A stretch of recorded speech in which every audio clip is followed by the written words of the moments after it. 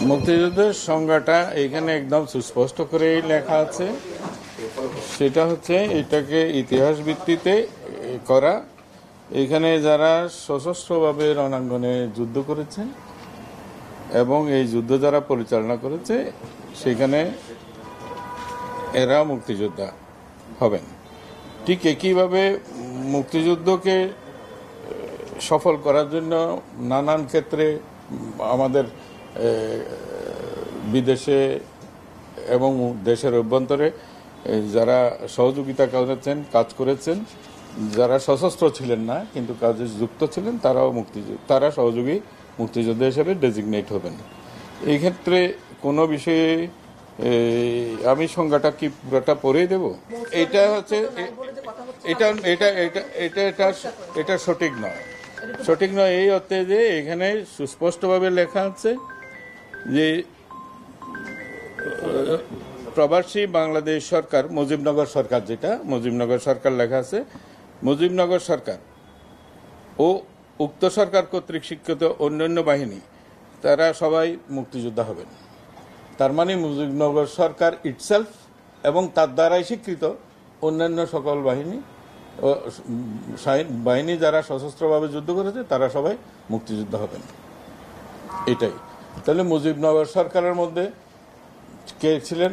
শেখ মুজিবুর রহমান ছিলেন, সৈয়দ নজরুল ইসলাম সাহেব ছিলেন, তাজউদ্দিন সাহেব ছিলেন, মনসুর আলী সাহেব ছিলেন, কামরুজ্জামান সাহেব ছিলেন, খন্দকার মুস্তাক সাহেব ছিলেন। এরা সবাই মুক্তিযোদ্ধা। এই যুদ্ধটা এই সরকারটা পরিচালনা করেছে। এই সরকারের লেজিটিমেসির বাইরে কাউকে স্বীকৃতি দেওয়া হয়নি। এই সরকারটাই তখন ছিল বাংলাদেশের স্বীকৃত সরকার, যেটা প্রবাসী সরকার। এটা হয় নাই, কারণ রণাঙ্গনটা ওনারা পরিচালনা করেছেন। তাইলে তো একই কথা আপনি সেক্টর কমান্ডারদের ব্যাপারেও বলতে পারেন। তারা কি যুদ্ধ করে নাই? যুদ্ধ ডিজাইন করেছে, যুদ্ধে কারা যাবে না যাবে সেটা পরিচালনা করেছে। ঠিক একই রকমের মুজিবনগর সরকার তো পুরো যুদ্ধটা পরিচালনা করেছে। মুক্তিযোদ্ধাদের জন্য রেশন কোথা থেকে আসবে, অস্ত্র কোথা থেকে আসবে, কি এগুলি সব এই সরকার করছে না? তো ফলে এইটা তো ঐতিহাসিক সত্য যে এই সরকার পুরো যুদ্ধটা পরিচালনা করেছে। তো এটা কেমন করে ইতিহাস পরিবর্তন করা যায়? এটা একটা মিসলিডিং হয়েছে নিউজ। এটা আমার মনে হচ্ছে যেন এটা সত্য হয় নাই।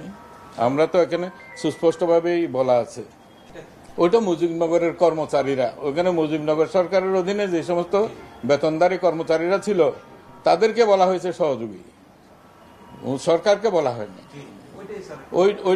ওইটাই। আর এমপি এমএলএদের মধ্যেও যারা সশস্ত্রভাবে এসে যুদ্ধ করেছে তারাও মুক্তিযোদ্ধা। সর্বাঙ্গীনভাবে এইটাকে মর্যাদাশীল করা হয়েছে। এটা এই নয় যে যারা সহযোগী মুক্তিযোদ্ধা হবেন তারা মর্যাদা ক্ষুণ্ণ হয়েছে, এটা মোটেও না। কারণ ওই অবদানও অসাধারণ এবং সেইভাবেই ওনাদেরকে সম্মানিত করা হচ্ছে কে কি ধরনের ভূমিকাতে সেই সময় অংশগ্রহণ করেছিলেন। এই ক্ষেত্রে সুবিধাদি রাষ্ট্র কর্তৃক প্রদত্ত ভাতা ইত্যাদি নানান সুবিধার ক্ষেত্রেও কোনো বৈষম্য নাই, সবাই সমান।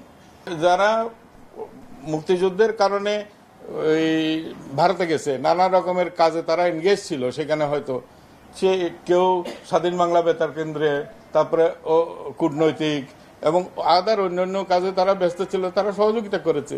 তারা তো রণাঙ্গনে এসে তো লড়াই করে নাই।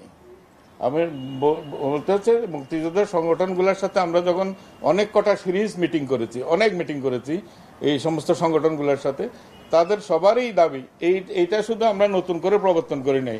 এটা 72-তে ছিল, 72-এ ছিল, এই সেম এই যে সংজ্ঞাটা আমরা এখন দিলাম এইটা সেম ছিল। এটা পরিবর্তন করেছে 2018-তে এসে এই সংজ্ঞাটাকে চেঞ্জ করেছে, 2022-এ এসে চেঞ্জ করেছে, দুইবার চেঞ্জ হয়েছে। এখন আমরা সেটাকে আবার ওই যে 72-এর সময় যে সংজ্ঞাটা ছিল, যখন ওই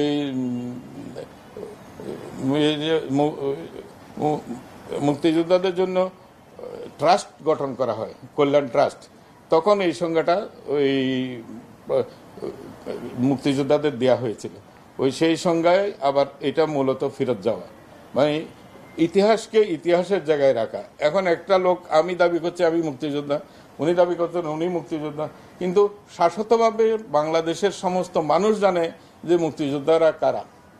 মুক্তিযুদ্ধ কারা করেছে, এটা কোনো মিসলিডিং নাই, কোনো কিছু নেই। এটা পরিষ্কার হয়েছে, তো সুস্পষ্ট হয়েছে। এটা তো 2 বার 3 বার করে যাচাই হয়েছে, ব্যাটিং হয়েছে, অনেক কিছু হয়েছে, এটা সুস্পষ্ট। এখন আপনি যদি টুইস্ট করতে চান তাহলে তো আপনি করতে পারেন, সেটা তো অল টুগেদার ডিফারেন্ট জিনিস। এটা তো আমরা একেবারে নিরঙ্কুশভাবে ইতিহাসনিষ্ঠভাবে আমরা চেষ্টা করছি যাতে এই মুক্তিযুদ্ধটা সম্মানিত থাকে, এটা কন্ট্রোভার্সিতে না যায়, কেউ যেন এটাকে বিতর্কতে না করতে পারে, সেটাও আছে। একই সাথে নিচের দিকে খালি পড়তে থাকেন, আপনি ওইটাকে ওটুকু পড়লেন তো আবার পড়তে থাকেন, সবই একই সাথে। তারা মুক্তিযুদ্ধের সহযোগী, তাদেরকে ডেজিগনেট করা হয়েছে, তারা মুক্তিযুদ্ধের সহযোগী। সহযোগী অর্থ এই নয় যে তাদের স্ট্যাটাস খর্ব করা হয়েছে, তাদেরকে ওই অবদানেই তাদেরকে স্বীকৃতি দেওয়া হচ্ছে যে উনি গান করেছেন। এটা কম গৌরবের ব্যাপার না তো। ওইটাকে যুদ্ধের সময় কেউ রাইফেল নিয়ে মাঠে লড়াই করেছে, কেউ ওই গান, কবিতা, নাটক ইত্যাদি করেছে, কেউ ফুটবলও খেলেছেন, কেউ কূটনৈতিক কাজে ব্যস্ত ছিলেন, জনমত সংগঠনের কাজে ব্যস্ত ছিলেন, এবং আর কেউ ওই বিভিন্ন রাষ্ট্রের সাথে বাংলাদেশের মুক্তিযোদ্ধাদের জন্য অর্থ ইত্যাদি সংগ্রহের কাজে ব্যস্ত ছিলেন। তারা সবাই সহযোগিতা, তখন সবাইকে মুক্তিযোদ্ধা করে দেওয়া হয়েছে।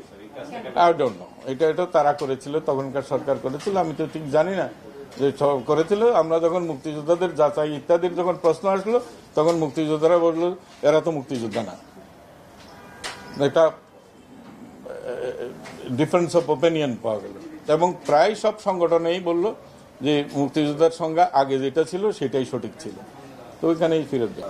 এইরকম আসছে আমাদের কাছে বেশ কিছু, আমি সংখ্যাটা আপনাদের কাছে বলবো না এবং তাদের নামও ডিসক্লোজ করবো না, সো দ্যাট সামাজিকভাবে তারা ডিগ্রেডেড হবে, এটা এখন উচিত না।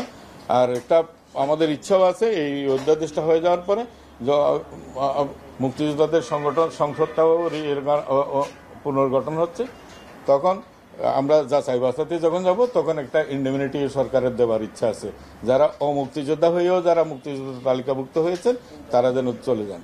ইতিমধ্যেই অনেক কোনো পরিসংখ্যানগত বিষয় না নিয়েও নানা রকমের সংবাদ ছাপাচ্ছে, এতজন মুক্তিযোদ্ধা বুয়া আছে, এটা আছে সেটা আছে, সেরকম আমরা বলতে চাই না। আমরা একেবারে নিয়মনিষ্ঠ আইনবিধিভাবে যাচাই বাছাই করে আমরা বলবো, এবং সেইভাবে আমরা কার্যপদ্ধতিগুলো নিরূপণ করছি।